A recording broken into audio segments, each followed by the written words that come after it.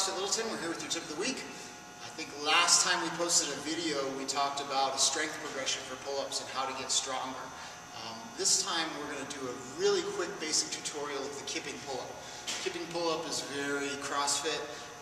It's imparting momentum to the pull-up in order to do more pull-ups in less time, which allows us to be more intense. So sometimes you see CrossFit workouts and people are doing 150 pull-ups in a workout, and if you haven't done that kind of training before, you may be wondering how they accomplish so many pull-ups in such a short time.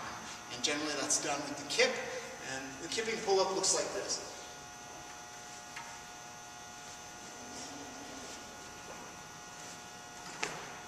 So I'm just going to show you 3 steps, or maybe 4 steps, the way we teach it here at CrossFit Littleton. The first step is going to be I have people put their hands over their head, and I have them go back and forth this way. This is generating momentum in the movement. If I have a partner, I'll have them hold a hand on one side of my belly and one side of my low back. Touch, touch, touch, touch, touch, touch. Next step is to get on the bar and reproduce that. Again, the partner can come and put a hand on either side of my belly. Touch, touch, touch, touch, touch, touch, touch. Generally a little harder when you get on the bar. After that, once we've got generating momentum and we're not swinging around the bar, which tends to be a problem, we're going to start to pull halfway up the back side of the bar. If you are deficient in strength, I would go back to the previous video, working in the bands and building your strength. At some point, some of this kipping instruction is lost on you if you're very weak in the pull-up, or it's more challenging to implement this technique. Once you get stronger in dead hang pull-ups, you're going to see much more success in learning the kip and being able to practice. So, if step 1 is to generate the momentum here in a relatively stationary position under the bar, step 2 is to pull halfway up the back side of the bar.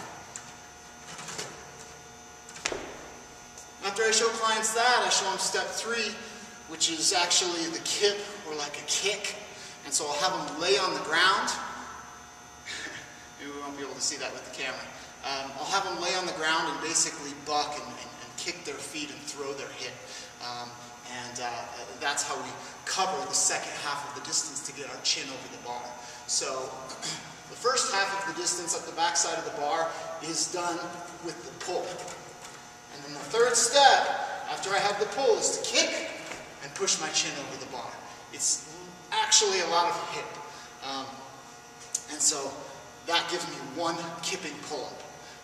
After we get that with the clients, we get 1 kipping pull-up, we start to work on, we have other drills and practices that we do to get them to start to string them together.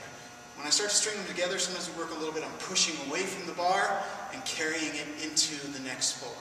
So when I string them together, I implement all of those steps. Step 1, step 2, pulling up the back side. Step 3 is the kick, and then I'll continue that movement.